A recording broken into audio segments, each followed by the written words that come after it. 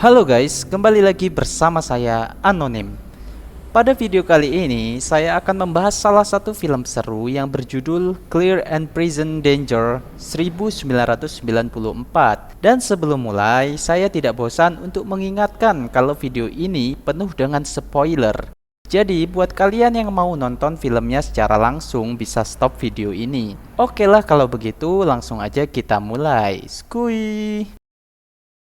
Scene dibuka dengan memperlihatkan Angkatan Laut Amerika Serikat yang sengaja menghentikan sebuah kapal pesiar untuk melakukan pemeriksaan.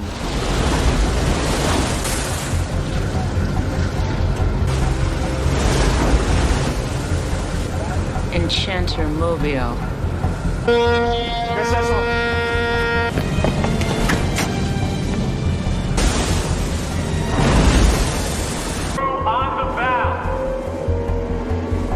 Dari beberapa bukti yang beredar, terdapat banyak darah dan 19 selongsong peluru, termasuk 2 senjata penembak yang menunjukkan adanya indikasi pembunuhan. Di sini, CIA langsung menggelar rapat yang dihadiri langsung oleh Presiden Amerika bernama Barnett. Kejadian ini tergolong pembunuhan tingkat tinggi karena menurut analisis dari agensi CIA bernama Ryan, mayat tersebut terdiri dari seorang pengusaha bernama Hardin dan juga keluarganya. Mereka sengaja dibunuh atas perintah dari kartel narkoba di Kolombia yang disebut Cali. Half a dozen arrests like cartel, not Medellin. You all right, Jay? Great piracy and murder. It's not the first time. What was that in there? You all right? Yeah.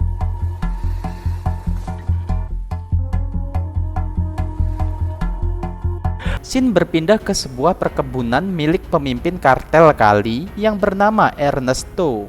Di negara Kolombia, kartel Cali sendiri merupakan raja dari segala raja kartel yang menguasai lebih dari 80% pangsa pasar dunia. Enggak cuma sendirian, Ernesto memiliki seorang penasehat hukum yang bernama Cortez sebagai pemegang rahasia serta menjadi orang kepercayaannya. Maka tak heran lagi, Cortez langsung menasihati Ernesto bahwa tindakan pembunuhan yang dilakukan terhadap warga Hardin akan membahayakan posisi mereka. Karena selain merupakan orang penting, Hardin juga merupakan bagian dari sekutu politik Presiden Amerika yang bernama Barnett. Sementara itu, scene kembali lagi kepada Ryan yang menjalani kehidupan harmonis bersama keluarga kecilnya. Ia memiliki 2 orang anak dan seorang istri yang selalu menemaninya dalam kondisi apapun. Tak hanya beruntung dalam kehidupan rumah tangga, Ryan juga bekerja di bawah pimpinan orang baik yang bernama Laksamana James. Tapi sayangnya di pagi itulah Ryan mendapat kabar buruk bahwa Laksamana James dinyatakan menderita kanker pankreas stadium akhir. Alhasil, Ryan pun dipercaya untuk menjadi pengganti sementara dari James yang tak lagi bisa kemana-mana. Dengan jabatan baru yang ia genggam, Ryan meminta Kongres untuk meningkatkan dana bagi Kolombia dalam memerangi kartel narkoba tanpa harus mengirim daya militer dari Amerika Serikat.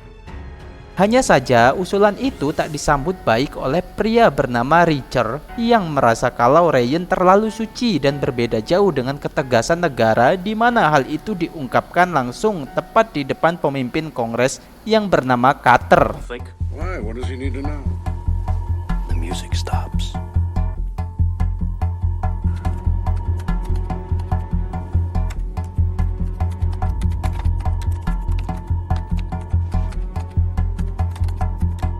Maka, tanpa sepengetahuan Ryan, Carter sengaja menggunakan dana tersebut untuk membentuk sebuah pasukan khusus yang direkrut berdasarkan bantuan dari seorang agen bernama Clark. Clark pun langsung setuju, tapi dengan satu syarat, ia harus dibayar lebih dahulu sebelum operasi itu benar-benar dimulai.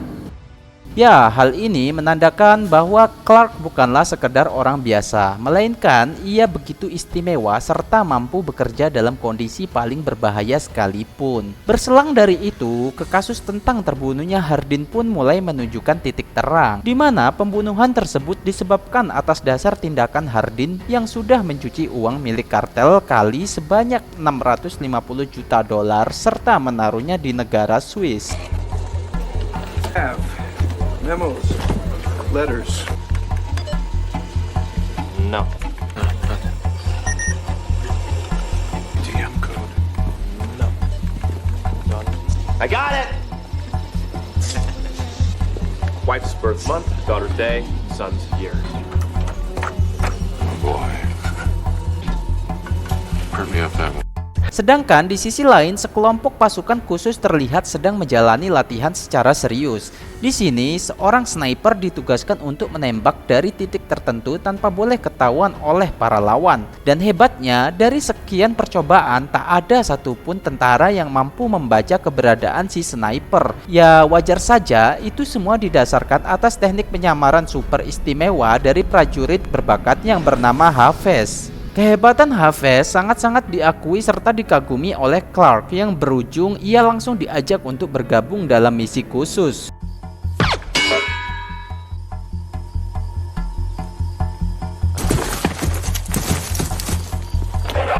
Come in. Straight in. Now, run! Get lunch here, Sergeant Major. Damn! That's 4. McDonald's, quarter pounder.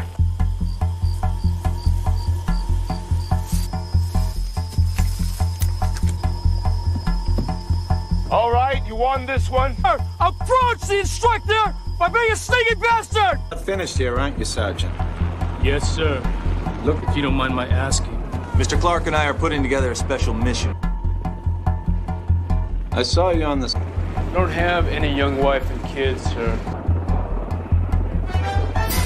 You'd have your choice of assignments in special ops. Singkat waktu, seluruh pasukan pun sudah pergi untuk menghancurkan markas dari kartel Kali. Perintah tersebut dilakukan di bawah pimpinan pelaku secara langsung tanpa ia tahu bahwa misi ini sangat berseberangan dengan keinginan dari Ryan. Di hari yang sama, seluruh pasukan khusus sudah berada di dalam posisi yang tepat untuk melakukan penyerangan secara serentak. Tapi ternyata Clark hanya memberi izin kepada seorang sniper untuk memulai pergerakannya dengan meledakkan sebuah pesawat.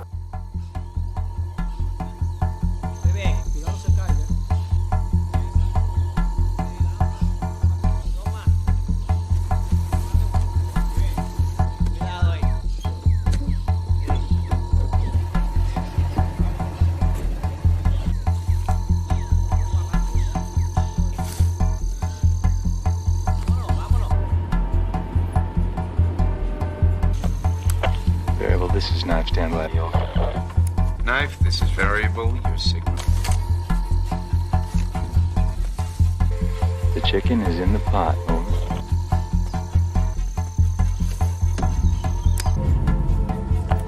Cook it.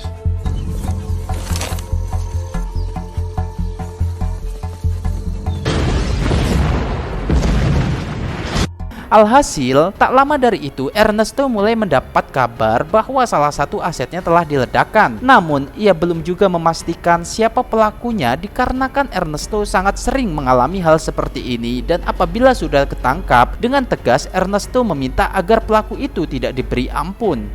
Keesokan harinya, Ryan diminta oleh James untuk menemui seorang pria yang ternyata adalah Clark. Yang seperti kita ketahui, Clark merupakan orang yang sedang bekerja sama dengan Richard. Meski, ya sebenarnya juga merupakan teman baik dari James. James sendiri meminta Clark untuk mengungkap kasus pencucian uang dari Hardin karena ia percaya kalau Clark sangat-sangat mengetahui segala seluk-beluk dari setiap kartel serta orang-orang dan bahkan seluruh pemainnya. Pada situasi yang berbeda, secara nggak sengaja seorang prajurit pasukan khusus mulai menemukan pintu bawah tanah yang terhubung dengan pabrik narkoba yang dimiliki kartel Kali. Alhasil, mereka pun langsung mengatur rencana untuk melakukan penyergapan secepat mungkin, di mana rencana tersebut bisa dilakukan setelah salah satu pekerja terlihat muncul secara polos.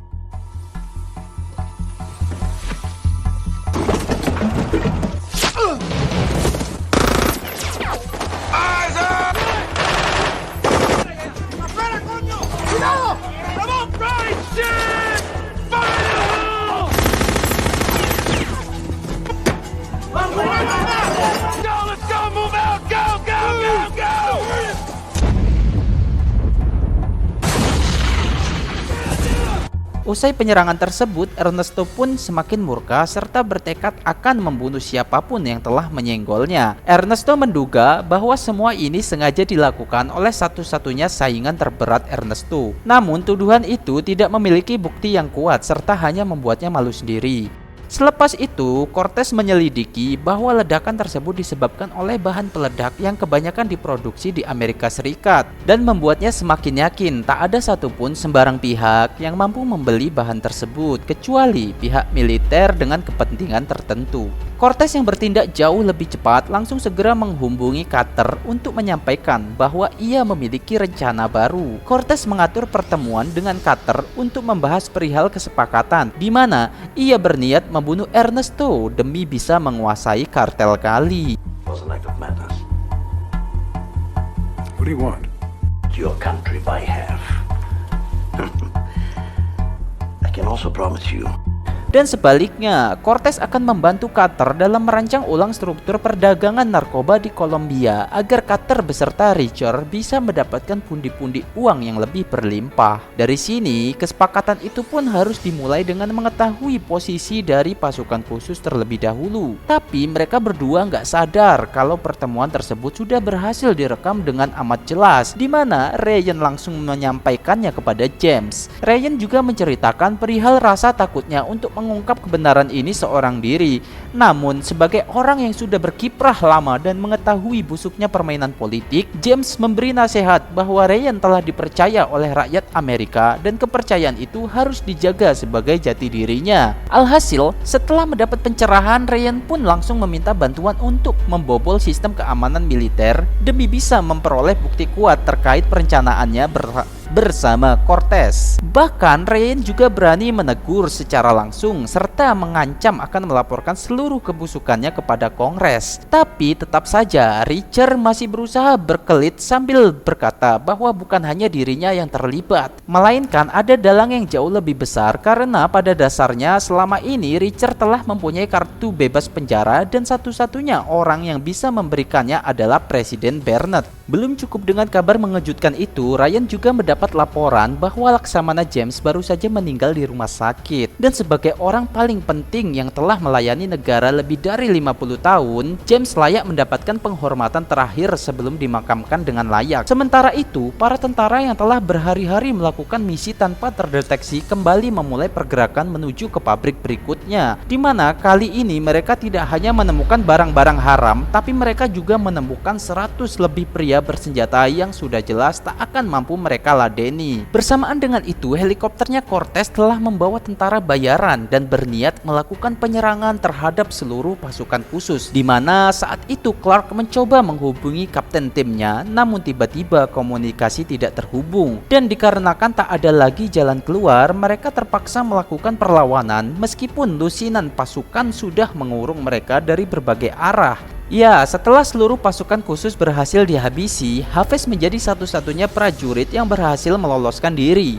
Di saat yang bersamaan, Ryan mendapat laporan dari sekretarisnya bahwa mereka kembali menangkap suara permintaan bantuan dari pasukan khusus. Alhasil, saat itu juga Ryan pun bertekad untuk segera mengungkap kasus ini, meski nyawa dan juga karir harus menjadi taruhannya. Tapi sayang, Clark sama sekali tidak mengetahui jika Richard berniat untuk mengadu domba, yang bahkan secara sadar Richard berkata kalau misi mereka telah gagal akibat bocornya informasi dari Ryan. Atas dasar itu, Clark sengaja ke bandara untuk menyergap Ryan yang segera mendarat. Dari sinilah agar rencananya kembali berjalan, Clark sengaja membawa Ryan ke suatu tempat. Yang secara mengejutkan, Clark tidak akan berbuat jahat kepada Ryan, melainkan ia berniat mengajaknya bekerja sama. Itu semua bisa terjadi karena Clark telah mengetahui seluruh kegiatannya Richard terlebih dahulu sebelum Richard berniat membodohinya. Saat itu jugalah mereka berdua sengaja menemui seorang pilot yang siap mengantar kemanapun tempat tujuan mereka. Usai menempuh jalan jauh, mereka mulai melakukan proses pencarian di mana tak ada satupun anak buahnya yang terlihat hingga membuat Ryan menduga bahwa seluruh pasukan khusus telah tewas. Namun setelah mereka menyusuri area sungai, tiba-tiba saja Hafez alias prajurit sniper memunculkan diri. Ia memberitahu bahwa banyak sekali prajurit yang ditangkap, sedangkan temannya yang tewas telah ia kuburkan secara bergantian. Atas fakta tersebutlah, dengan penuh rasa percaya diri, Ryan mendatangi mendatangi kediaman Ernesto seorang diri. Sementara itu, Clark beserta Hafiz telah berjaga dari kejauhan dengan sebuah helikopter yang siap menjemput kapan saja. Hanya dengan menggenggam sebuah bukti dari percakapan antara Cortez bersama Carter, Ernesto berhasil percaya kepada Ryan dan ia pun mengantarnya ke tempat penyekapan dari pasukan khusus. Nggak lama dari itu, Ernesto berniat menjebak Cortez untuk meluapkan segala emosinya. Namun sayang, sebelum tongkat bisbol itu berhasil membunuh Cortez, secara tiba-tiba kesialan harus menimpa Ernesto. Beruntung Ryan yang berhasil melarikan dirinya hingga Clark berhasil datang dan segera memulai pergerakan. Saat itulah posisi mereka semakin terdesak lantaran Cortez mengandalkan kekuatan seluruh anak buahnya. Alhasil, Clark mulai menghubungi helikopter untuk segera menjemput selagi mereka menyelamatkan para pasukan yang tersisa. Dan setelah berhasil membawa kedua orang tentaranya, mereka langsung berusaha keluar walau pasukan musuh terus melakukan pengejaran. Ya, mau nggak mau, Ryan sengaja menjadikan dirinya sebagai pengecoh selagi Clark mengamankan para pasukan. Hebatnya lagi, meski ia berada dalam keadaan terdesak, Ryan justru mampu mengecoh Cortez yang sedang lengah. Sambil terus bertarung dengan waktu, mereka semua masih dihadapkan dengan musuh yang tersisa. Begitupun halnya dengan Ryan yang harus berjuang pada momen kritis seperti ini. Tapi untung saja, Hafiz prajurit andalan berhasil mengcover Ryan hingga para musuh tak lagi tersisa. Selepas peristiwa itu, Richard dibuat kaget ketika melihat Ryan kembali ke kantor dalam kondisi masih hidup. Bahkan Ryan juga sengaja menemui langsung sang presiden sambil berkata kalau segala bukti sudah berada di tangannya dan kasus ini akan membawa mereka alias pengkhianat negara kepada titik terendah dalam hidup mereka. Lalu scene ditutup dengan Ryan yang menolak jutaan dolar sebagai sogokan serta langsung keluar dari ruangan itu dengan rasa hormat yang sangat tinggi. Oke guys, mungkin segini aja dulu pembahasan alur ceritanya. Jikalau ada pendapat, kalian bisa ketikkan di kolom komentar. Tapi memang harus ninggalin jejak ya, paling enggak dengan like atau komen ya. Oke dah kalau begitu, saya Anonim, undur diri dan sampai bertemu di video berikutnya. Bye!